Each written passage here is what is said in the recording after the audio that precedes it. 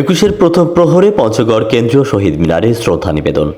পঞ্চগড় থেকে আসমা আক্তার আখির তথ্য ছবিতে থাকছে বিস্তারিত।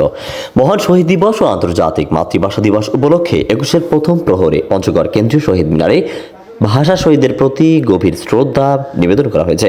রাত 12:01 পঞ্চগড় পৌর শহরে অবস্থিত কেন্দ্রীয় শহীদ মিনারে প্রথমে পুষ্পস্তবক অর্পণ করেন পানি সম্পদ মন্ত্রণালয়ের প্রতিমন্ত্রী আলহাজ ফরহাদ হোসেন আজাদ, জেলা প্রশাসক মোহাম্মদ সাইমুজ্জামান ও পুলিশ সুপার মোহাম্মদ রবুল ইসলাম। এ সময় সদর উপজেলা নির্বাহী অফিসার ফাহমিদা সুলতানাও উপস্থিত ছিলেন। এছাড়া পঞ্চগড় জেলা বিএনপির পৌর যুবদল, ছাত্রদল সহ বিভিন্ন রাজনৈতিক, সামাজিক ও সাংস্কৃতিক সংগঠনের নেতৃবৃন্দ শহীদ মিনারে পুষ্পস্তবক অর্পণ করেন। বিভিন্ন সরকারি, বেসরকারি দপ্তর এবং সামাজিক সাংস্কৃতিক সংগঠনের পক্ষ থেকেও ভাষা শহীদদের প্রতি শ্রদ্ধা জানানো হয়। 1952 সালের ভাষা আন্দোলনে শহীদের স্মরণে গার্ড অব অনারের মাধ্যমে রাষ্ট্রীয় সম্মান প্রদর্শন করা হয়। পরে 1 মিনিট নীরবতা পালন করে ভাষা শহীদদের আত্মত্যাগ গভীর শ্রদ্ধার সঙ্গে স্মরণ করা হয়। শ্রদ্ধা নিবেদন শেষে শহীদ মিনার সাধারণ মানুষের জন্য উন্মুক্ত করে দেওয়া হয়। এ সময় জেলা প্রশাসক সহ সর্বস্তরের মানুষ একুশের চেতনায় উদ্বুদ্ধ হয়ে দেশ ও মাতৃভাষার মর্যাদা রক্ষায় ঐক্যবদ্ধভাবে এগিয়ে যাওয়ার প্রত্যয় ব্যক্ত করেন।